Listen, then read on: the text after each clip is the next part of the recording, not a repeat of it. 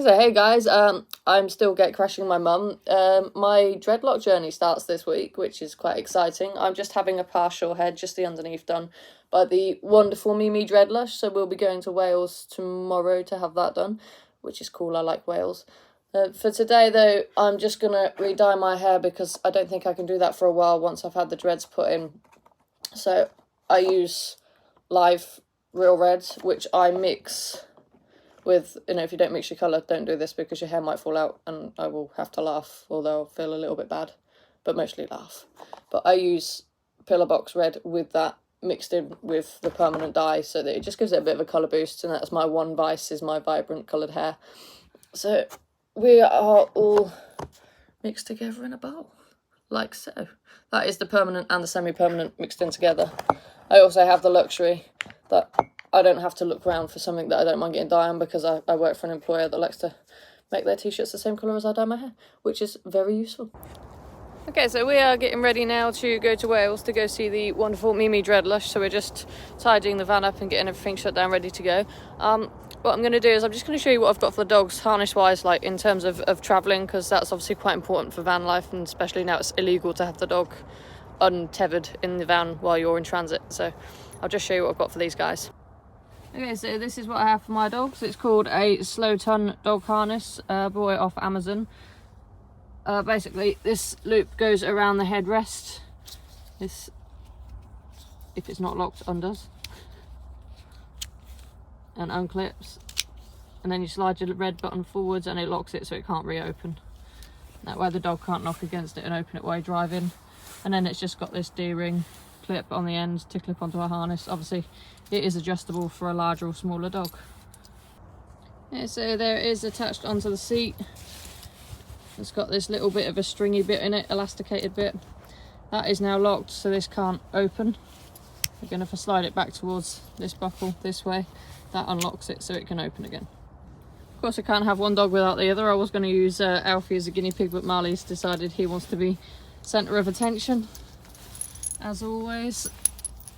It's not easy to do this one-handed. Normally I would use a harness, but obviously because I'm just showing you what's going on here, I'm just going to clip it onto his collar. But yeah, that is the Slow Ton dog harness.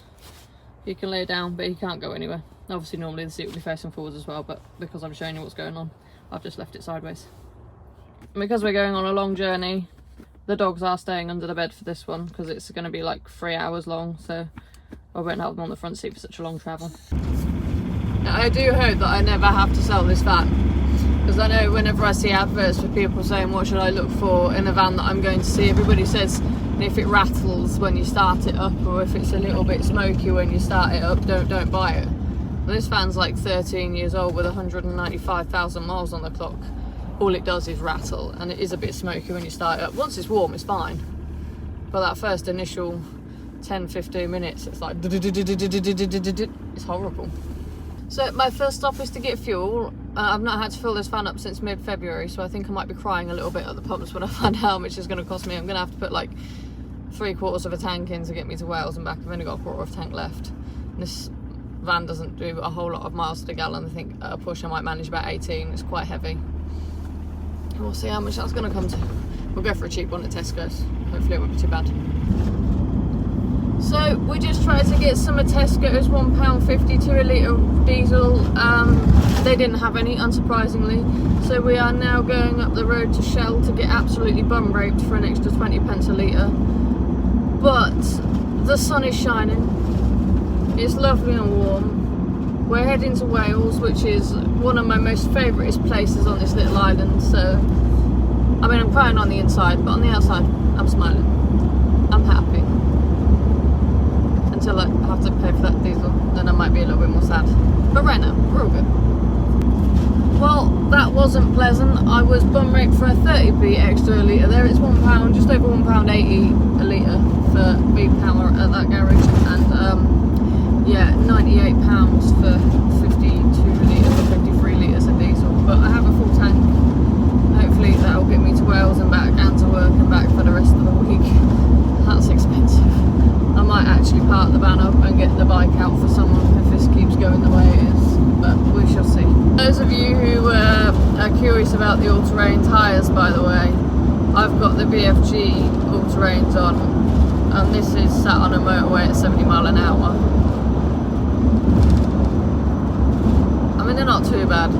If you have used one, you probably wouldn't notice. It is a little bit noisier, and I probably have lost about a 50-mile range out of my tank. Probably a bit more than that due to my heavy right foot, but I mean, I think if I drove sensibly, it'd probably be about 50 mile out of the tank. Hey guys, the sun is shining today. It was dark when we got back last night, so I wasn't able to show you, but yeah, this is the work of the wonderfully talented Mimi Dreadlash, who did me my half head over in Wales, and I love it. And I love this as well. Look at the blue skies. Look, summer's coming. Okay guys, so the next set of video that we're going to be bringing to you are going to be for the guys that are kind of just moved into van life and are sort of questioning the sanity of their decision, which, let's face it, we've all been there. And the guys that are thinking about van life for whatever reason, but they're not really sure where to start. So we're going to be hitting like the different jobs, the different vans, a few myth busting, a few reality truths. As I've just mentioned, you know, summer's coming, which we're grateful for, but it does come with its own set of issues. You know, van life is not an easy life to live. It comes with a lot of complications. So we're just going to address some of those. So if you want to hear more from my channel, remember to subscribe, like and share, and we will start bringing those videos to you later on this week and at the beginning of next week. Until then guys, enjoy the sunshine and take care. See you soon.